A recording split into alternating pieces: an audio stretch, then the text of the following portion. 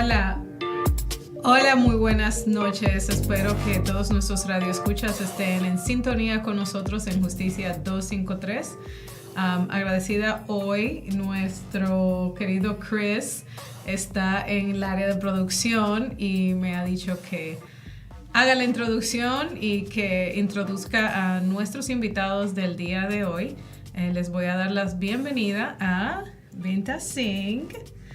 Es encargada de una organización y nos va a hablar de la presentación que tiene, al igual que con su persona que también va a hacer nuestra introducción. Could you introduce yourself, Edwin?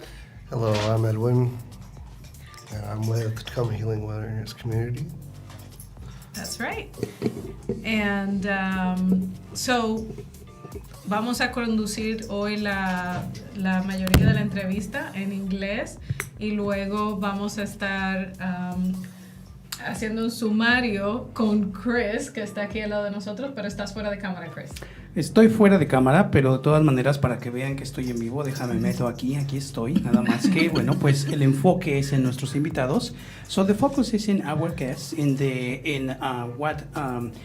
they are, and also the community and the organization they represent. Also on a focus on the invitation that they brought with them, because this more than ever is so important. So thank you so much, Jennifer, for doing this introduction, and we're gonna hear from our guests. Yes. What's the story? So we're gonna be doing this bilingual as much as we can. Yes. And for those that are on the other side of the screen or the speaker, we know that many of you speak English and you're bilingual already. But we are going to be doing a quick summary in Spanish for those that are practicing your English. And the other way around, okay? We're going to be doing also this presentation in English, and for those that are learning or practicing your Spanish, then this will be a good exercise. So thank you so much for being here. Like our lawyer said, Jennifer, Justicia 253 is here for the community to bring these kind of topics. And like I just said a few seconds ago, more than ever, what you want to hear, trust me, it's going to be very useful in the next 4 years. We hope that this is going to be just extra information. That's what we hope, but we better to be prepared. Yeah. So, Jennifer, so you want to just, let's say, maybe we'll start with Vanna? Yeah. Okay, all right, Vanna, go ahead. So, who is Vanna Singh? Hey everybody, my name is Vanna Singh, and I am the CEO and founder of Tacoma Healing Awareness Community, and we are disrupting the cycle of systemic and internalized oppression of Southeast Asians in Tacoma, Pierce County, and beyond. And I'm returning guest, and so I feel like I don't have to share my story or anything. What we want to know mostly is who is a typical person that approaches your organization, and what is it that you guys give back? Thank you. People who usually struggle with civil legal aid issues. Okay, civil legal aid. Mm-hmm. People who need help but they don't speak the language or have resources to find solutions for their problems. Also, people who are struggling with spiritual warfare. Okay. I feel like, I don't want to say I'm expert in spirituality, but that's the realm that I'm in. Okay, and that's your calling. Mm-hmm. So yeah, those are usually the types of topics. And go ahead, and could you please introduce yourself, and how do you collaborate in this organization? Yes, I'm Edwin, and what I do in this organization is anti-immigration work, mostly educating myself as well as the community on things that would affect the community on the deportation issues. Okay, so This is very important now that we know that, part of the agenda for this administration is to do massive deportations. They have not held back. They have not dialed it down. That is part of the plan. So tell us, what are the plans of you guys' organization? How are you guys going to arm up the community in order to be prepared for this? Yes, so we are getting ready to host a town hall coming up here in February. We will be having Sarah from Legal Council of Youth, as well as Tim Hertz from Northwest Immigrations Project. Okay. Rights Project, sorry, apologize. And they will be presenting at the town hall and giving people resources and information for immigration issues. Okay. So you guys heard it. There's going to be this town hall. They have prepared attorneys that will come and inform the community on what to do if you are facing deportation. Is that right? That is correct. Okay. And I'm assuming this isn't the first time this organization does that. No, this would be our second one. Our second town hall. The last one was, or the first one was in 2018 or 2017, and it was a great turnout. We had 13 attorneys come to give free consultation. But the sad part was the community was in such a fear they didn't come out to get this free service. Okay. And so we're hoping that this location where they're going to be planning for at Family Investment Center in Salishan on the east side is a more safer space for folks to come out. Mm-hmm. And I am here replacing our sick colleagues who couldn't make it today. Okay. And so shout out to Chris and Amelia Escobedo. Yes. And You are missed, Amelia and hope you guys Chris. get well soon. Most definitely, please.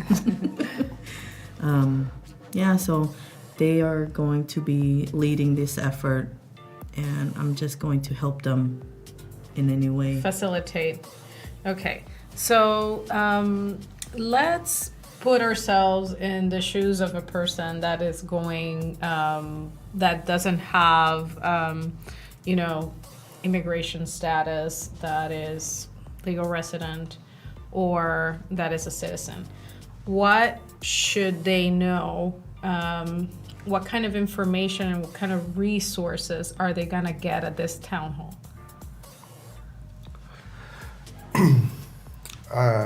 They should be able to receive at least information on what either if they went through the criminal system already, if their charges would be something that would be subsequent to deportation proceedings, and where would they go from there. Some of these proceedings might not need to be deported because a lot of people might not have actually been incarcerated for 365 days, and that was due to the 96 law implemented by Bill Clinton. Okay. All right. So let's say, first we have our facilitator that's going to be doing a little bit of the translation here. I am very proud of my memory, so it's a lot. But first, queridos radioescuchas, escuchamos de parte de Vanna Singh, nuestra invitada, y también de parte de Edwin Allen Jr., quienes representan una organización que se llama Tacoma Healing Awareness Community. Esto quiere decir, es una comunidad para... Sabemos muy bien que es incorrecto hacer traducción de nombres, ¿verdad? Porque pues son nombres propios, pero para más o menos que ustedes se den una idea de pues, ¿qué es esta organización? Es una organización en Tacoma que se encarga de sanar cosas que han sido dañadas culturalmente, ¿no? Históricamente. Y ellos, bueno, pues aunque su base es en el este de Tacoma, pero de todas maneras hacen trabajo por toda la ciudad y cualquier persona está cordialmente invitada y son bienvenidos a venir. Entonces, existe un daño que se ha tenido que venir reparando durante décadas, ¿verdad? Sabemos que este país, principalmente también, bueno, pues hablando de esta ciudad, tiene partes en su historia que han sido dolorosas. Entonces han sido dolorosas y se ha quedado así como una cicatriz en la comunidad que se tiene que sanar, se tiene que cicatrizar. Entonces, ¿cómo se hace? Bueno, pues a través del diálogo, ¿verdad? Así como, por ejemplo, una pareja, ¿no? Pues tiene sus diferencias, ¿no? Tal vez tiene sus pleitos, pero al final del día viene un diálogo con el que se reparan esos daños, con el que se dice, lo siento, ¿verdad? Con el que se dice, bueno, pues, ¿verdad? Me disculpo, ¿verdad? No quise decir eso. Entonces, esta es una serie de reparación, o más bien de cicatrización de esas heridas en la comunidad. Entonces, no nos vamos a meter mucho en lo que es prácticamente pues esa herida, ¿verdad? Pero de eso se trata esta organización que Vanna dirige. Just to clarify, are you the founder of this organization? Okay, bueno, ella es la fundadora de esta organización, ¿verdad? En base también pues a su experiencia. Y pues ellos están muy preocupados por lo que está a punto de empezar a suceder, ¿verdad? Ojalá que ocurriera un milagro. Déjame meto aquí un poquito más a la cámara, ¿no? Al cuadro, ¿no? Para que me puedan ver. Pero ojalá que esto pues ocurra un milagro, ¿no? Y que nada de lo que nos está preocupando en este momento se vuelva una realidad.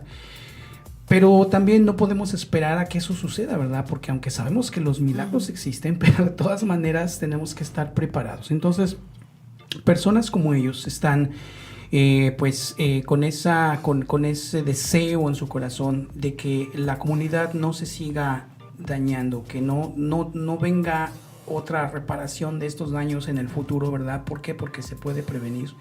Y la mejor prevención que podemos dar a esto, pues, es estar preparados, estar informados. Entonces, Jennifer les preguntó, pues, que ellos, más o menos, cuál es el plan, ¿verdad?, que tienen ellos para empezar a ayudar a la comunidad. Se ha anunciado en esta nueva administración que está por tomar poder ya en unos cuantos días. Se ha anunciado, pues, se debe tomar también muy serio, que va a haber pues una serie de acciones, de agresiones contra las comunidades migrantes, ¿verdad? Es decir, con las comunidades que han venido por diferentes razones en las últimas décadas, ¿no?, a asentarse en todas las ciudades de Estados Unidos. Pero tenemos que recordar también, ¿verdad?, que no es una cuestión que deba dar pena para nada, que deba dar vergüenza, no, al contrario, ¿no?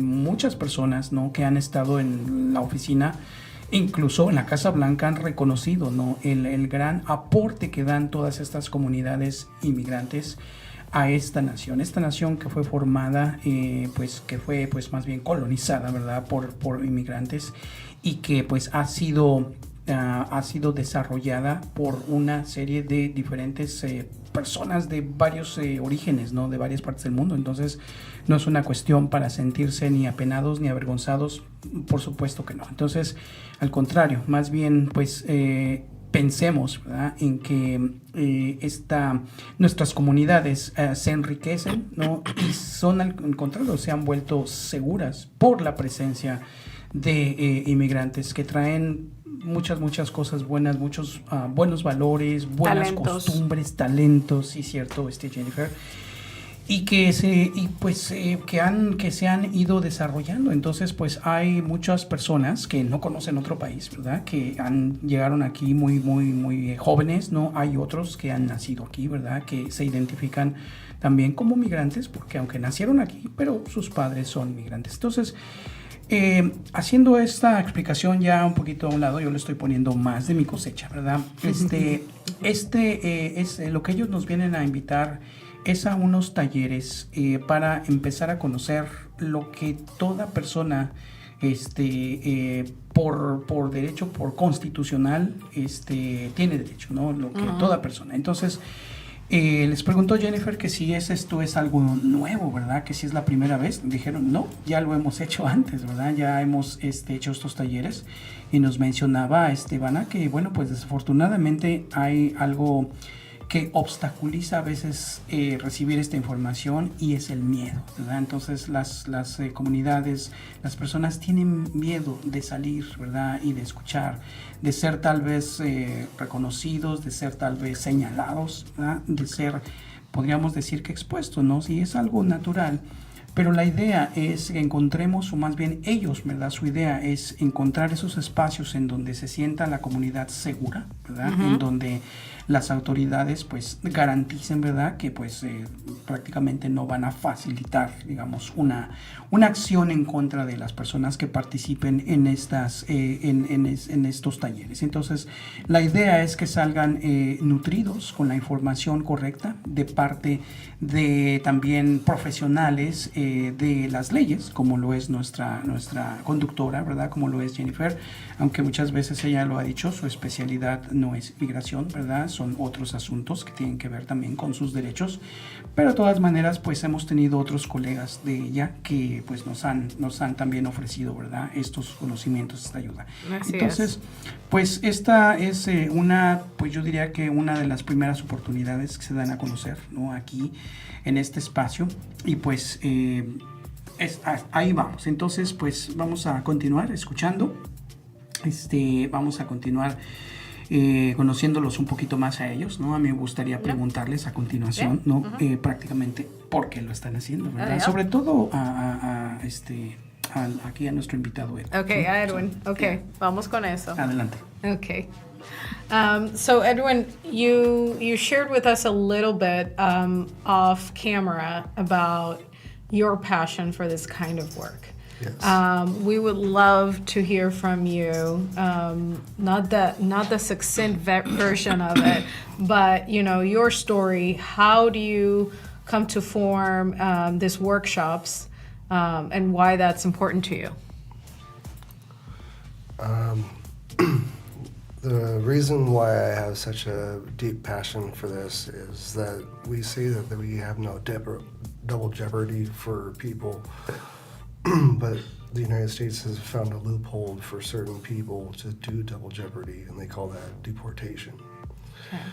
These are people that have already sat through sentences between 10, 15, 20 years, who are told that they're going to go home and see their families, but they're not going home to see their families. They're going home to see another set of bars, to a country they're going to be deported to that could be their home of origin or could not be. It depends on whom decides to take them. On the other hand of it, a lot of people don't realize that we're sending a lot of these people back to homes that they don't have, or the factor that there's racism due to them being sent back by their own country. Not to mention that in Cambodia alone, that we have landmines that we still haven't dug up, but we have people going over there, they're not able to even read the language to keep themselves safe. There's a lot of things that I don't see right, and there's a lot of things that we need to change. Yeah. And so, were you a part of this, were you a part of the criminal system at some point in your life? No, I have never really actually had to face any criminal justice system. Myself, I was able to be sent home basically if I ever did have a run-in with police. Okay. And do you have like a special relative whose story like you want to bring to us?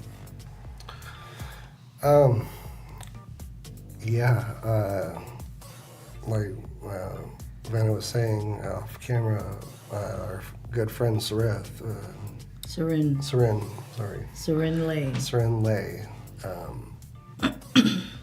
There was a lot. He was a gift to humanity, and unfortunately wasn't able to share that gift due to the factor of not being a citizen and not having paperwork, and always having that fear that you can't take care of your family. So the regards of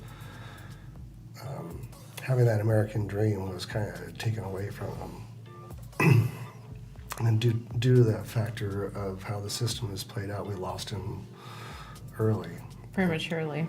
And we want to fight for anybody else that might have to deal with that same issues. We shouldn't have to sit there and worry about going back to the streets in order to survive, and all of that has to do with how the system's set up.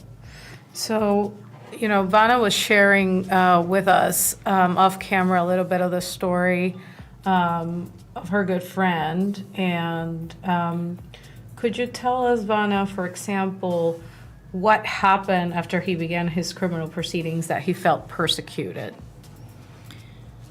A lot of the struggles the Southeast Asian community face is recidivism. Okay. And that's basically committing the crime again at another opportunity. Going in and out of jail. And because we don't have the resources, we don't have the space where we can get the right mentorship to elevate in life so we can thrive. Yeah. We all come from the streets. We were raised in Salishan, all of us. And it's like that mindset, that's all we know, how to survive. And so going to jail once turns into twice, 3 times. And then it's when you face deportation, it's like the slap in the face, like, you better calm down, you better stop.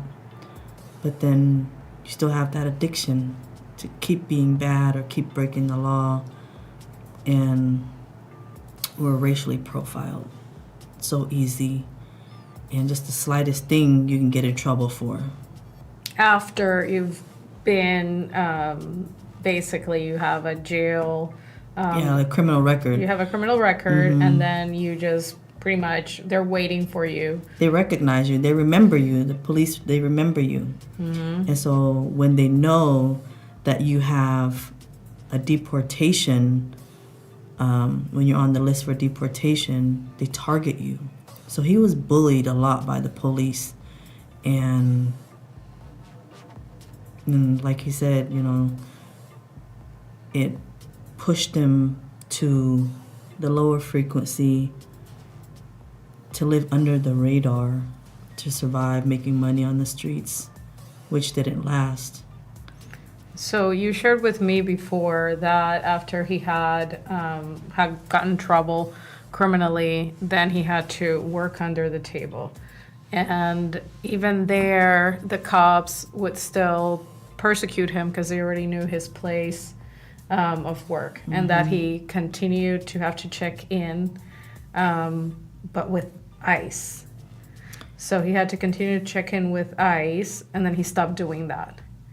And then at that point, then he really got profiled, where he was basically cornered to just live the life in the streets.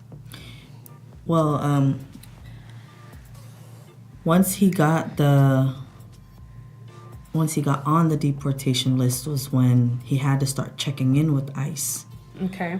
And then it started messing with him mentally to the point where he felt like he didn't have a chance to win his case, and he wasn't getting enough support mentally in the community. So he was afraid that he was going to get deported, because at that time they're rounding up people like twice a year. And they said he was one of the people that was gonna go to Cambodia. So he didn't want to leave his child. So he's like, I'm not gonna check in, because he was being told by some trusted community leaders, don't check in. So that's exactly what he did. He didn't check in. So after he didn't check in was when he was being targeted. He was being stalked by the police, by the government, and they found out where he worked. He worked there under the table. They found out where he worked because they knew he didn't check in. They took him in, but when they took him in and detained him, they didn't have no charges. So they were just having him sitting in jail with no charges, no bond. And then I think maybe 3 weeks later, they finally released him. And then when they released him was when he was like, oh, shoot, I'm not going to do that again. So he quit his under-the-table job, and he went to go, hide out, live under the radar where no one would know where he's at. And we're bringing this information not just to highlight, and Vanna, you are so brave to bring us this. Thank you for taking the time to tell us this story. It's basically to illustrate how is it that a person that can have perhaps a misdemeanor or a felony that that person could do time for, and then it can become a nightmare, where after perhaps living in the States and no longer, for decades, and perhaps no longer recognizing, in this case, Cambodia, as their place called home, then that entire world gets upended, and they fall into this cycle of recidivism, like you said, but more importantly, of losing their dreams, their hopes, their aspirations, and losing their entire family. And what you guys want to do, is my understanding, is to prevent all this. That is correct. Okay. And one of the ways that they want to prevent this is by having these workshops so that people can be ready, so that people know that facing the states is not a egg against a hard rock, that you do have rights, but you have to know them in order to exercise them, right? Very true. Very true. Okay. So at this point, we need our dear... Ok, bueno, pues escuchamos aquellos, como dije, que están practicando su inglés.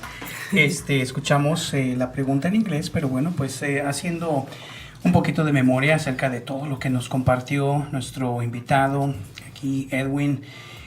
También pues un poquito de su testimonio de Vanna, pues déjenme más o menos contarles, ¿verdad? Entonces resulta que le preguntamos a Edwin por qué una persona pues como él, ¿verdad? Que pues nació aquí, que pertenece pues a un grupo, a una mayoría, ¿verdad? ¿Por qué está preocupado por un grupo de inmigrantes, ¿verdad? Por gente que pues prácticamente no podríamos decir que pues no es de su familia, ¿verdad? Casi, pero lo que él nos platica, y también pues apoyándonos un poquito más con lo que nos contó fuera del aire, es que él ha tenido personas muy cercanas a él, ¿verdad? Los ve él como familia, ¿verdad?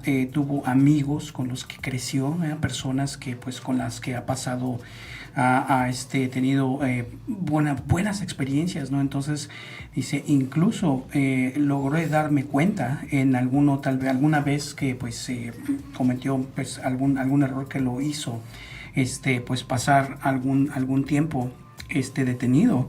Conoció personas que al final de esa detención no se iban como él a su casa, no, al contrario, se iban a otra prisión para ser deportados después. Entonces ahí fue donde él se dio cuenta de lo injusto que es el sistema, porque él sabe que esas personas pues sí, efectivamente cometieron a lo mejor algún error, como mucha gente, ¿verdad? Pasa cuando uno no tiene pues tal vez una madurez, ¿verdad? Pues llega uno a veces a cometer cosas que lo meten a uno en problemas, pero bueno, pues para eso está el sistema de corrección, ¿verdad? Vas, haces tu tiempo, tienes tiempo para darte cuenta de tu error, pides perdón, se te perdona, llega tu tiempo y te vas a tu casa, ¿verdad? Te reincorporas a la sociedad, porque como digo, bueno, pues todos tenemos derecho a otra oportunidad. Así que pues resulta que había personas que no, que pues debido a muy probablemente debido al programa de comunidades seguras, ¿verdad? Que en mi opinión más bien eran comunidades inseguras, porque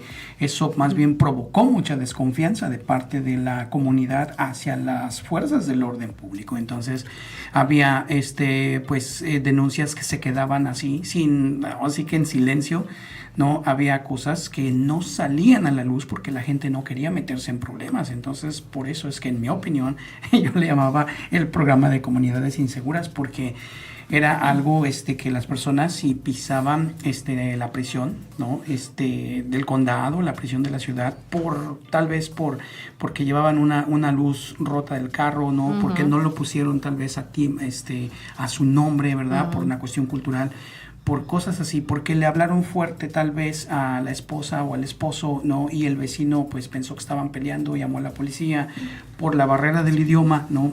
Les platico esto, no crean que estoy exagerando, porque no, para nada, vivimos, no estás ¿cierto? exagerando. Así sucedieron las cosas. Y bueno, personas, ¿no? Terminaban detenidas, ¿no? Y pues no se iban a su casa, los mandaban, ponían una detención ahí. Y bueno, otra cosa que también pues nos impactó un poquito, ¿no? El conocer que no por el hecho de que el país ya te haya otorgado una residencia permanente, eso quiere decir que, por ejemplo, si pasas más de 365 días, ¿no? Sí. En la cárcel, ¿verdad? Puedes llegar a perder tu residencia, ser deportado y acabar, ¿no? En tu país de origen, con derecho a nada. Entonces, fue un poquito del caso que nos compartió Vanna, ¿verdad? Sí, también así de una es. persona muy cercana a ella, que efectivamente pues cometió un error, lo pagó, ¿verdad? Pero desgraciadamente el sistema, las reglas, las leyes no lo ayudaron a quedarse con sus hijos, imagínense, ¿verdad? Vino una separación de familia que pues duele mucho, y que pues lo menos que queremos aquí ahorita, ¿verdad? Pues son familias, hijos que no puedan ver a sus padres por una cuestión de esas. Entonces, es por eso que ellos han pues abrazado esta causa pues con esta pasión, ¿verdad? Y están dedicando su tiempo a organizar esto, que no es fácil, déjenme decirles, ¿verdad? Cualquiera que organice una fiesta pequeña sabrá que no es fácil organizar. Ahora imagínense pues un evento en donde se tiene que ofrecer protección, en donde se tiene que ofrecer información, taller educativo. Entonces, pues ese es así pues el breve sumario de lo que nos compartieron aquí nuestros invitados, y pues les damos las más sinceras gracias por hacerlo, ¿no? Ahora sí que pues en nombre de todas las personas que van a recibir esa información, ojalá que pues creo que esto es una cuestión también pues de valentía, ¿verdad? De estar preparados, pero el estar preparados nos hace sentirnos más seguros. También no podemos vivir encerrados, no todo el tiempo, no podemos vivir bajo esa psicosis colectiva, ¿verdad? Tenemos que pensar positivamente, tenemos que atender nuestras responsabilidades diarias, ¿verdad? No podemos simplemente quedarnos, pero la información es la mejor aliada que tienes para sentirte con esa seguridad, con esa protección. Así que pues vamos a ir entrando ya a la recta final de esta entrevista, y pues Jennifer, si quieres preguntar, si quieren agregar algo más, o también pues tal vez preguntamos un poquito más acerca de lo que espera la gente ver en este taller o recibir. Claro que sí. Entonces, so my next question, we brought up the fact that there are other organizations that are also going to be your allies in this workshop. Is that right? Yes, that is correct. Okay. So could you bring those up? Because we would like to mention those for our, so that people know that this isn't a single effort, that is joint, and that adds to the safety of the community. Not only knowing that it's the leadership, but there are several community leaders that have come together to make this a priority. So we want to mention the Movimiento Estudiantil Chicano de Aztlán. So you want to go ahead and translate that? Pues bueno, creo que no necesita en realidad una traducción, pero más bien quiero mandar un saludo y un agradecimiento también pues a dos miembros de la comunidad muy apreciados, ¿no? Muy respetados, ¿no? Muy queridos, que es Chris Escobedo y Amelia Escobedo, ¿no? También, pues ellos son también los que están poniendo este esfuerzo, ¿verdad? Y bueno, pues igual, ¿no? Mucha gente se preguntará, bueno, pero pues lo más seguro es que ellos, pues siendo chicanos, nacieron aquí, ¿verdad? Crecieron aquí, pertenecen a este país, no son inmigrantes, ¿no? Pero están muy preocupados por lo que está pasando es muy injusto. Yeah. Entonces, pues, okay, adelante, Jennifer. Okay, and the second one is the Pacific Northwest League. Is that Yes. right? Okay, Pacific Northwest League of United Latin American. And is that LULA? LULAC, ya Yeah. que es una de las organizaciones pues más Thank you. grandes, más activas, ¿no? En el país. Yeah.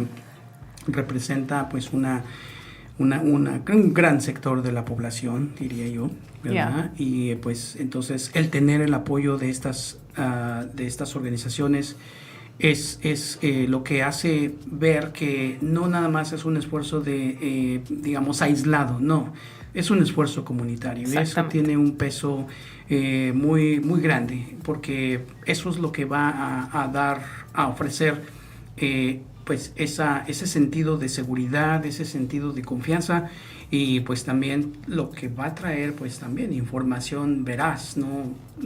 Real, oportuna, de parte también de los abogados que van a estar acompañando, que van a estar asesorando ese día, el evento. Exacto. So what should people know? When is this? What should they bring? So our first event will be held February 15th February 15th. from 10 to 2. Bring yourself ready to be packed full of knowledge, and also we'll be providing lunch, so come with an empty stomach. Nice. So February 15th, as you can see here on screen. The time is wrong. It'll Okay. get corrected. It's from 10 to 2. Yes. It's from 10 to 2. And it's at the East Side Community. No, it's Okay.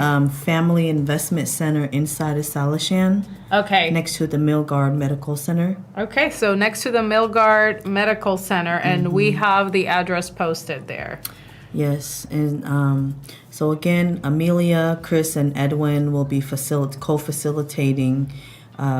Sarah Lippick with Legal Counsel for Youth Center, and Tim Warden Hertz with Northwest Immigration Rights Project will be presenting Immigration 101.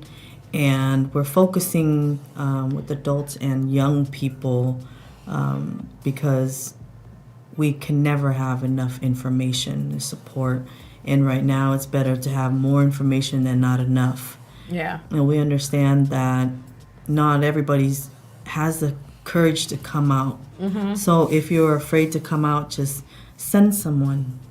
Or if That's right. you want us to record it or something, please do call that number on there and let them know that you'd like a recording or any special requests.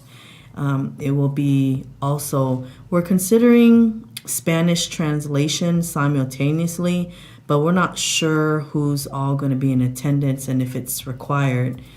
They're working on the QR code for registration. Okay. We're not sure what to expect, if people are going to register or not. So we're just going to play by ear and see how it's going to turn out.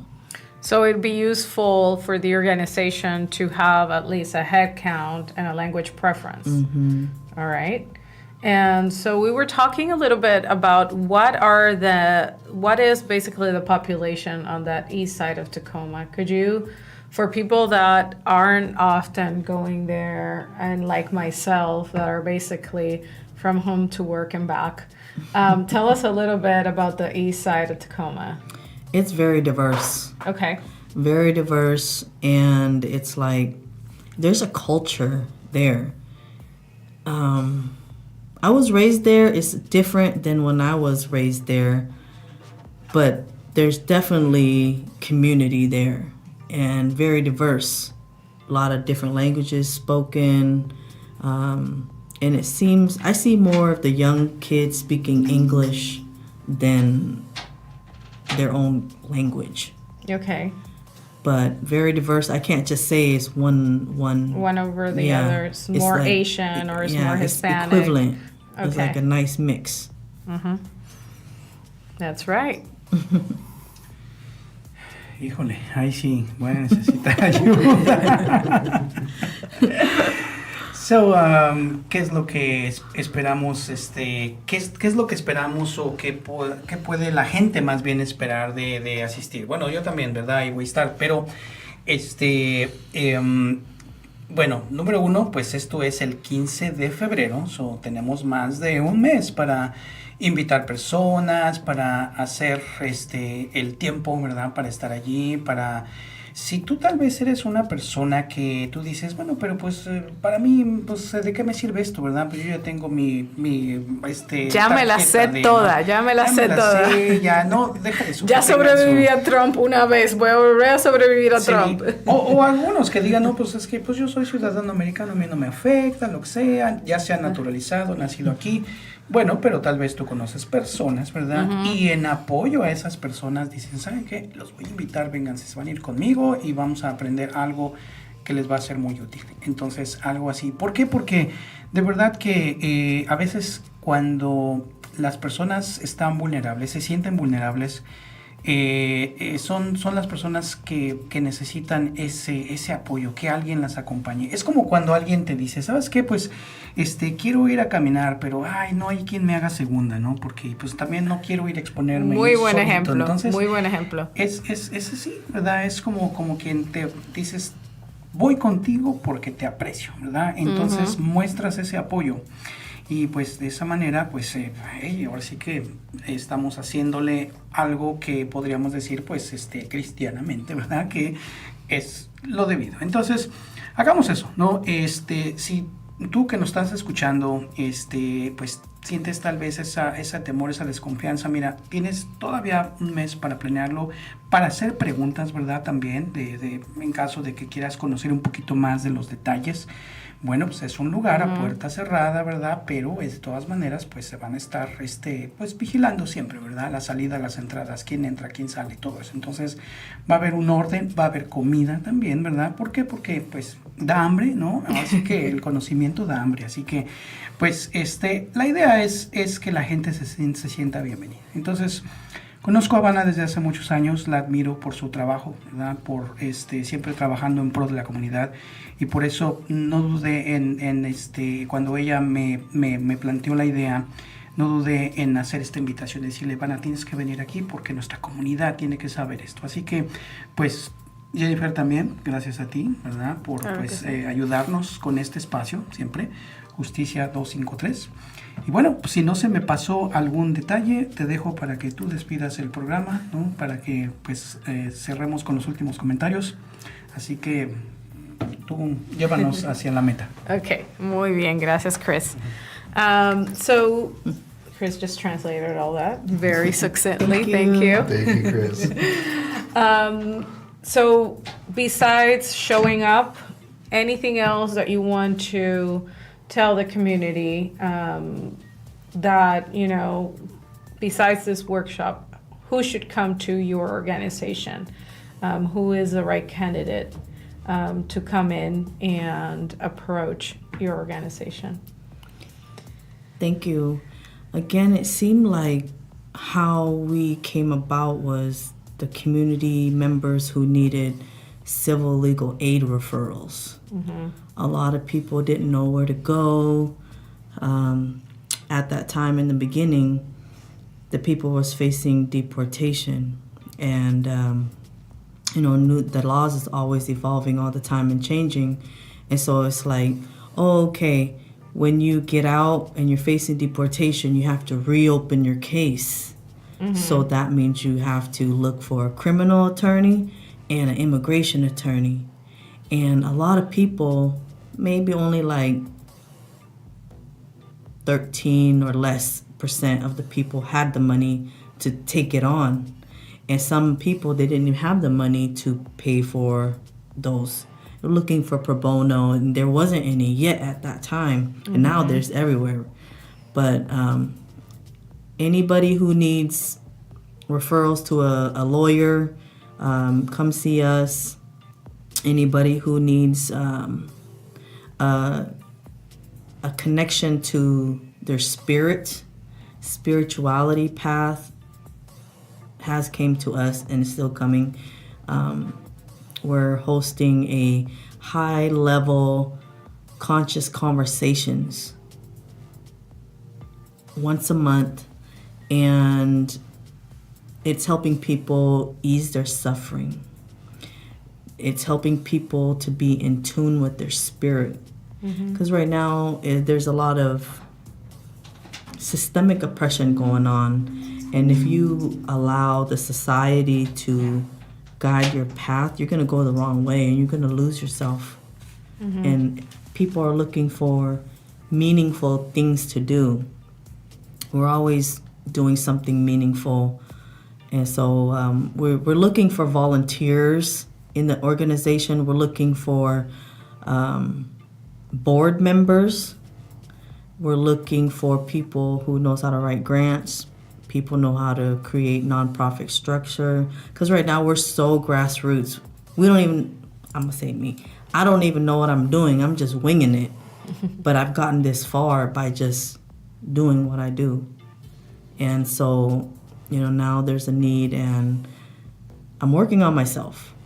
I'm doing my shadow work. I'm working on my inner core, and I'm healing. And so that always helps when you work on yourself first before you go work in the community. Very well.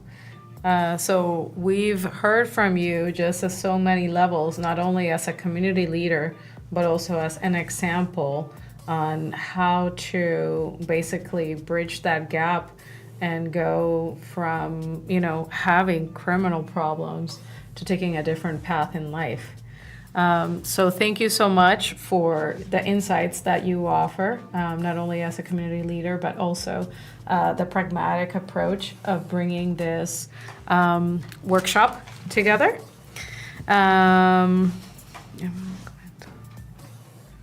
Okay, and Abraham, gracias siempre por tus comentarios. Abraham Dominguez, frequent listener here. Good information for the community. Thank you so much to all the guests of VTRU and the team, and Chris, and also Vanna, and also for Edwin to come tell us your story, and also for approaching just so pragmatically this really, really, really tough conversation on what do you do before you are facing deportation. So that's what we're trying to avoid here, and that's how we want to equip the community. So thank you so much, Justicia 253, por todos los radios escuchas. Y Chris, vas a venir a dar la despedida porque no estoy acostumbrada a cerrar el programa. Chris nos va a dar la despedida porque simplemente me lanzó como a boca de león para decir adiós a todos. Bueno, pues muchísimas gracias nuevamente. Thank you so much, Vanna. Thank you so much, Edwin. And yes, you know what? I'll be probably just like, probably if I was trying to defend their client there in court, I wouldn't know what to do. So, So, gracias, Jennifer, de verdad, por ese esfuerzo, por ese amor que le pones también a tu profesión. También claro, gracias por darnos tu tiempo, claro que donarnos tus conocimientos. Y bueno, pues entonces nos escuchamos la próxima semana para un tema más aquí de Justicia 253. Vamos a estarles recordando también la invitación cercana a la fecha. Así que, pues adelante, no nos desanimemos, al contrario, no, ahora sí que hay que estar bien informados, es la mejor preparación que podemos tener. Y pues también aquellos que no necesitan, ¿verdad? Pero pueden ofrecer el apoyo a esos seres que ustedes aprecian, ¿ok? Gracias. Bueno, hasta la próxima. Muy buena tarde. Muy buenas tardes. I'm like, kum crap. Well, that's Thai. You're Cambodian.